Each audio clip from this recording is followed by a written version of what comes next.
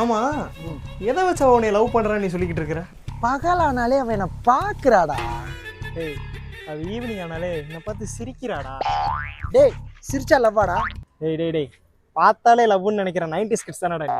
டேய் என்னை பத்தி மட்டும் பேசு, 90s கிட்ட பத்தி மட்டும் பேசுன. டேய் அப்படி தாண்டா பேசுவேன். ஏன்னா நான் 2K கிட்டு, உன்ன மாதிரி 90s கிட் கிடையாது.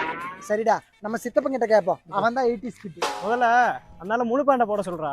சித்தப்பா, யோ சித்தப்பா. எவன்டா என் த்ரிஷா கனவை கலைச்சது? ஓ மை சன்ஸ், என்னதான்டா பிரச்சனை உங்களுக்கு? சித்தப்பா நாங்க லவ் பண்றோம். எது நீங்க ரெண்டு பேருமா?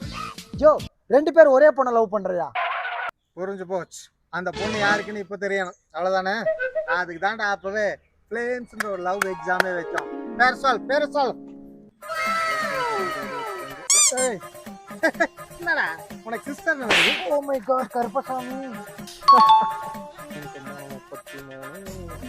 ஏய் மகன், உனக்கு அது பரவாயில்ல, உனக்கு எனிமி.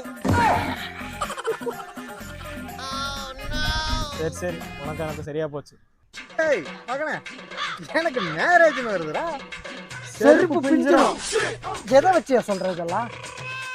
ஃப்ளேம்ஸ் அப்படின்னா யோ என்ன அவுடேட்டடா இருக்க, கொண்டா 2க்கு தகுந்த மாதிரி மாறாம பாரு.